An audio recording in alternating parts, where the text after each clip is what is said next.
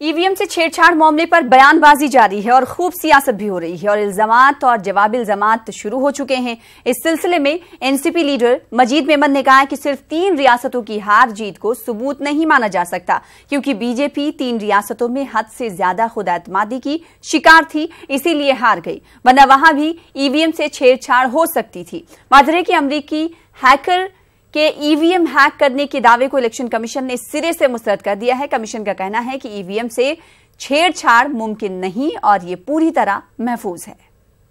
एक राज्य या 2 राज्य में कोई पक्ष जीत गया या हार गया या वहां पर कोई आपत्ति नहीं उठाई गई तो इसका मतलब वो 100% सही हो गया।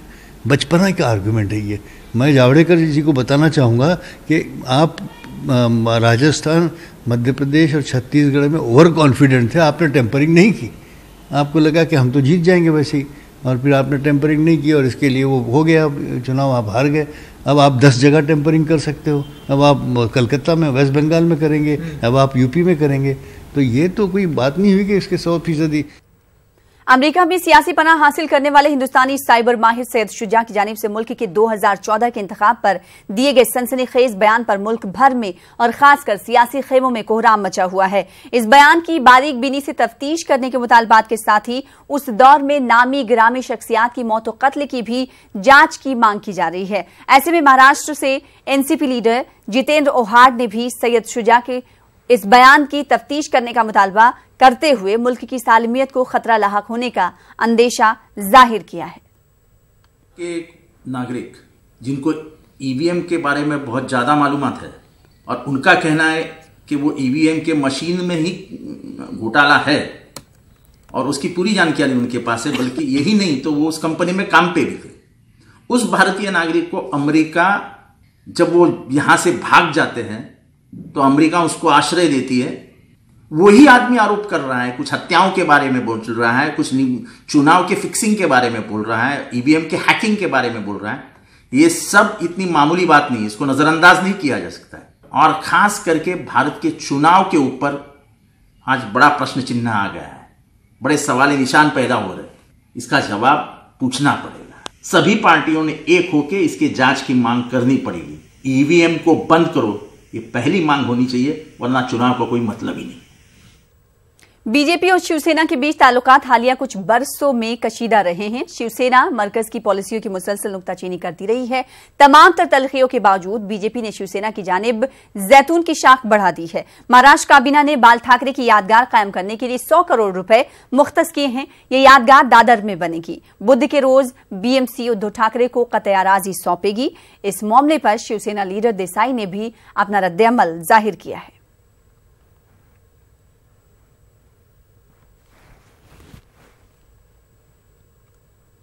शिवसेना के रिश्ते मधुर है, मधुर रहेंगे और युति होने की भी संभावनाएं बहुत ज्यादा है। भारतीय जनता पार्टी हमेशा युति के बारे में अनुकूल रही है। स्वर्गीय बाला साहब ठाकरे जी ये सिर्फ शिवसेना के नेता नहीं थे, महाराष्ट्र के युति के नेता रहे हैं। महाराष्ट्र के सभी पार्टियों के लिए बाला साहब जी ये हमेशा एक उत्तुंग व्यक्तिमत्व, एक आदरणीय व्यक्तिमत्व रहे हैं। इस मंत्रिमंडल के बैठक में उनका एक भव्य दिव्य स्मारक, जो युवाओं को प्रेरणा देने वाला एक स्मारक बनाने का निर्णय किया गया है और उसके लिए 100 करोड़ की प्रावधान की है। MMRDA के माध्यम से ये 100 करोड़ दिए जाएंगे और राज्य सरकार 100 करोड़ उनको उपलब्ध कराएगी। स्वर्गीय बाला साहब ठाकरे जी का स्मारक बनाने की जो योजना है, उसके लिए आज ही राज्य के मंत्रिमंडल ने 100 करोड़ रुपए की राशि मंजूर की है और इससे अभी ये काम शुरू हो जाएगा।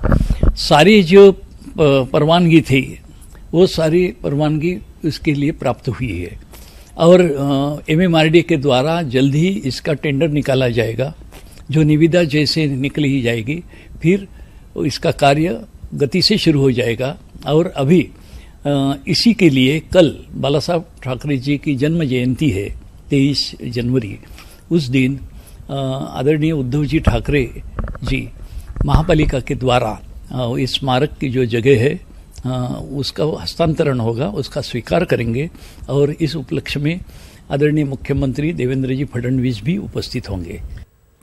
मुंबई के अंधेरी रेलवे स्टेशन पर 2 कदीम पुल खतरे को कभी भी दस्तक दे सकते हैं। एक रिपोर्ट की बुनियाद पर कहा जा रहा है कि अंधेरी स्टेशन के प्लेटफॉर्म नंबर 8 पर मौजूद ये पुल कभी भी गिर सकता है। मुंबई के अंधेरी स्टेशन से इस पुल का जायजा लिया हमारे नुमाइंदे प्रशांत पांडे ने।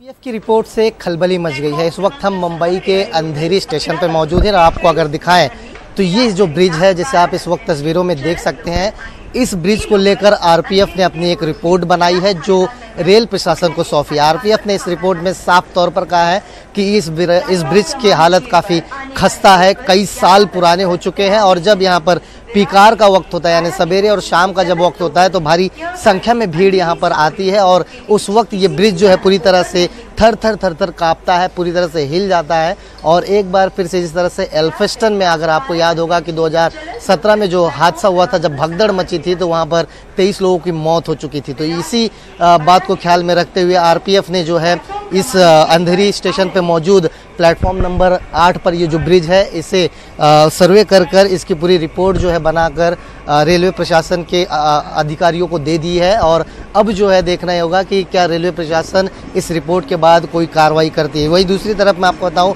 ये आपको प्लेटफॉर्म नंबर 8 का एक तरफा वाला ब्रिज बता रहा हूँ। वहीं दूसरी तरफ ये जो दूसरी छोर से जो ब्रिज जिसे ज्वाइन करता है, इस ब्रिज को भी लेकर उसी बात को ख्याल में रखते हुए कहा गया है कि ऐसे ये 2 ब्रिजेस हैं जिनकी हालत काफ़ी खस्ता है, काफ़ी पुराने हैं, कई सालों से हैं, जिनकी मरम्मत नहीं हो पाई है। हालांकि इस रिपोर्ट के खुलासे के बाद अब देखना होगा कि आला अधिकारी इस बात को किस तरह से लेते हैं और क्या वक्त रहते इन ब्रिजों की मरम्मत करने में। आपको अगर ये स्टेशन दिखाऊं तो अंधेरी जो है एकदम हार्ट सिटी कहा जाता है।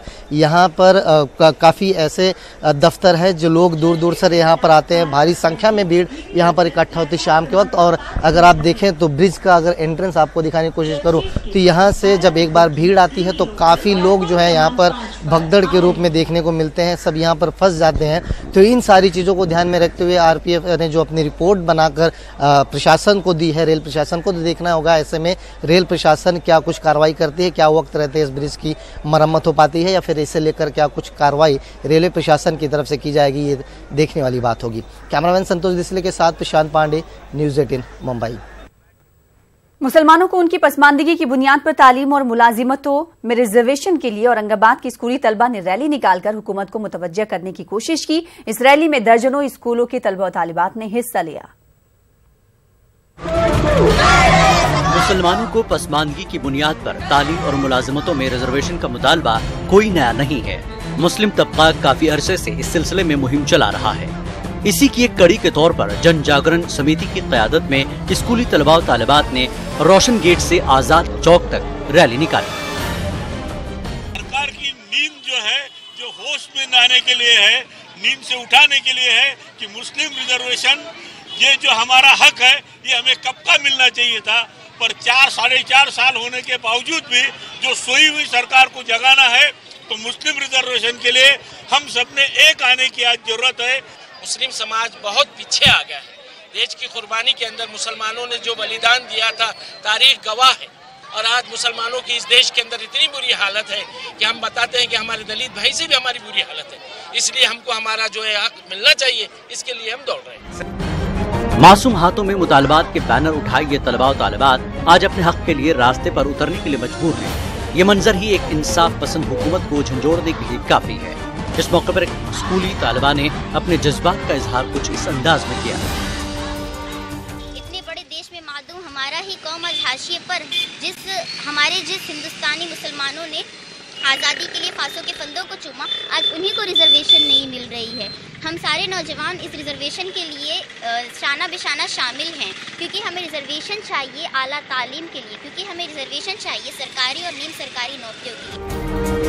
रिजर्वेशन के लिए निकाली गई स्कूली तलबा की इस रैली में 1 दर्जन से ज्यादा स्कूलों के तलबा और तालिबात ने हिस्सा लिया। उम्मीद की जानी चाहिए कि रियासती हुकूमत पर कम से कम इन तलबा की मासूम आवाज का असर होगा। न्यूज़ 18 उर्दू के लिए औरंगाबाद से अजहरुद्दीन की रिपोर्ट।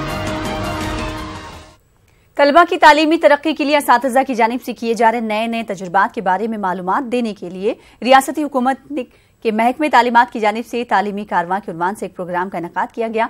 नांदेड़ में मुनक्किदा इस सह रोज़ा कारवां में हजारों की तादाद में असातिज़ा ने इस्तिफ़ादा किया। शिक्षणाची वारी के उन्वान से मुनक्कदा इस तालीमी कारवां में हिस्सा लेने के लिए रियासत के मुख्तलिफ अजला से असातिज़ा को मदऊ किया गया है। 100 से ज्यादा काउंटर लगाए गए, जिसमें तदरीस को आसान और मौसर बनाने के लिए असातिज़ा की जानिब से अपने अपने मकामात पर किए जा रहे नए नए तजुर्बात की मालूमात दी जा रही है। खास तौर पर रियाजी और साइंस के मज़ामीन की मालूमात देने के लिए मॉडल्स और टीचिंग ऐड बनाए गए हैं। एजुकेशन डिपार्टमेंट की जानिब से जो है शिक्षणाची वारी इस टॉपिक के ऊपर जो है पूरे महाराष्ट्र के अंदर अब तक ये चौथी मरतबा जो है ये नांदेड़ में मौका मिला और इसके ज़रिए से जो मुख्तलिफ स्कूलों ने जो मुख्तलिफ मॉडल्स बनाकर लेके आए हैं और इसके साथ साथ में जो अलग अलग उन्होंने अपने अपने स्कूलों के अंदर तजुर्बात एजुकेशनल तजुर्बात किए, ये तजुर्बात जो है दूसरे भी महाराष्ट्र के जो लोग अलग अलग जगह पर हैं वो एक दूसरे से मतलब शेयरिंग करना, एक दूसरे से इंटरेक्शन करना और उन तजुर्बात से जो है बच्चों को जो है किस तरीके से फ़ायदा मिल सकता है, इस बात को मद्देनज़र रखते हुए एक बहुत अच्छा मतलब इक़दाम है। शिक्षणाची वारी यहाँ पर बहुत अच्छे कारामद मुफीद तालीमी नए नए अशिया का स्टॉल देखने को मिले। इंतज़ाम बहुत बेहतरीन है। आकर यहाँ पर बहुत खुशी हुई कि कुछ तो हासिल हो रहा है नया नया। तालीमी कारवां में एक काउंटर ऐसा भी नजर आया जहाँ तलबा को किस तरह से निसाबी किताबों के बगैर मोबाइल की तर्ज पर बनाए गए टाइप की मदद से तालीम दी जा सकती है। इसके बारे में मालूमात दी गई। ये अमली तजुर्बा करने वाले टीचर शोलापुर नगर पालिका स्कूल के मौलम हबीब बागबान ने अपने तजुर्बात को कुछ इस अंदाज में बयान किया। हमारा जो स्कूल है पूरे महाराष्ट्र का पहला उर्दू का जो टैब स्कूल है, जहाँ पर बच्चों को टैब के ऊपर पढ़ाया जाता है। बच्चे जो स्कूल में जो है किताबें नहीं लेकर आते, बच्चे जो है किताबें पढ़ना है तो सिर्फ टैब के अंदर ही ओपन करके पढ़ाई करते हैं। इसी के साथ साथ ये जितने भी टैब प्रोजेक्टर है ये हमने एक लोक जागरूक मेधावी के तौर पर जो अपने पास जमा किया, जिसके जरिए हमारा जो स्कूल है पूरे महाराष्ट्र का पहला उर्दू का जो टैब स्कूल बन गया है। तालीमी कारवां में हिस्सा लेने वालों में न सिर्फ असातिज़ा शरीक हुए बल्कि असातिज़ा की तंजीमों से वाबस्ता जिम्मेदारान ने भी शिरकत की और माहिरीन तालीम ने खिताब किया। प्रोग्राम में शरीक असातिज़ा और सरपरस्तों की रहनुमाई की। वहीं हुकूमत की जानिब से चलाई जा रही स्कीमों के बारे में जानकारी भी दी गई। न्यूज़ 18 उर्दू के लिए नांदेड़ से जमीर अहमद खान की रिपोर्ट। भिवंडी की मारूफ फिल्मी शख्सियत साइंसदां और मुअल्लिम डॉक्टर रेहान अंसारी के सानह इर्तहाल पर हफ्त रोजा सुबह शाम की जानिब से उर्दू बसेरा हॉल में ताज़ियती नशिस्त का इनेकाद किया गया। मौलाना अबू जफर हसन नदवी अजहरी ने इस इजलास की सदारत की। मौलाना ने कहा कि उर्दू दुनिया का एक बहादुर सिपाही खो गया है। मुख्तलिफ शोबों से ताल्लुक रखने वाली शख्सियात ने डॉक्टर रेहान के औसाफ बयान करते हुए कहा कि मरहूम एक बेहतरीन इंसान और हमाजहत शख्सियात के मालिक थे। इस मौके पर शहर भर से आए उलमा, वकला, असातिज़ा, सहाफ़ी, डॉक्टर्स और दिगर ने मरहूम डॉक्टर अंसारी को नम आंखों से खराज अकीदत पेश किया।